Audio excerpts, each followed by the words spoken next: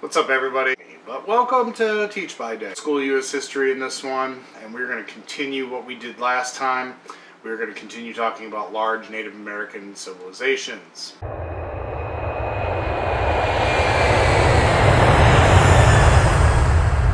Next up, we have the Mayan civilization. In the modern area of the Yucatan Peninsula in what is current-day Mexico and Belize, we see that this civilization was actually much larger than historians originally thought. In fact, even just a couple of weeks ago or months ago, we're starting to realize how large this empire actually was covered up by the jungle in this region. Starting to see the Mayans were actually super great at living in this region because there's not a lot of rivers. In fact, there are zero. They only have these things called cenotes, where they had their fresh water that was kind of down a very deep well into what would be a freshwater source. If you've ever been, you know what I'm talking about. They were able to use mathematics to assist with their amazing architecture. Their way of life included many parts of the religion, math, agriculture, trading, and even the social status within their civilization. But we enter in a new conquistador on the fresh heels of the new fame by Cortez, and yes, he did become famous in Spain.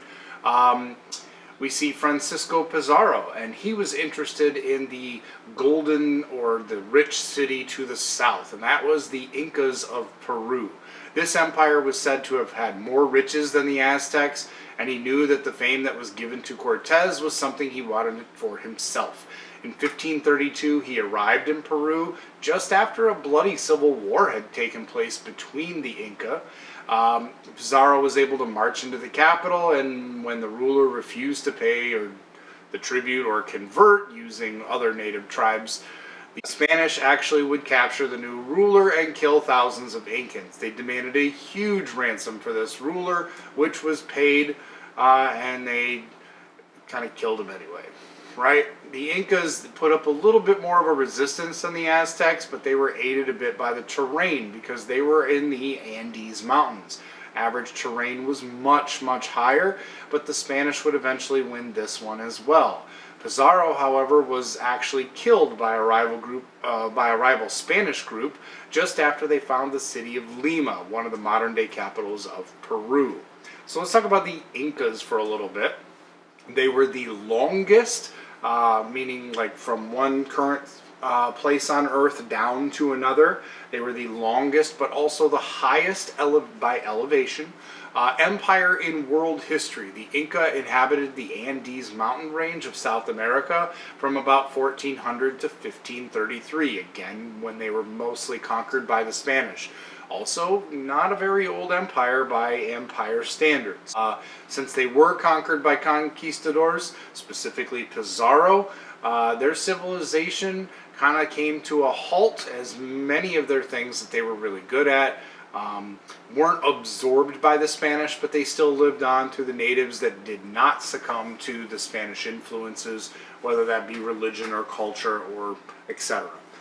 Still, their civilization is an engineering marvel. They used potatoes and this idea of farming using steppes, but potatoes were a huge dietary advantage, and they were learning how to create those steppes or terraces in order to farm them out, which literally meant they were kind of creating steps. Think about the steps in a house or a building, right carved into the mountainside.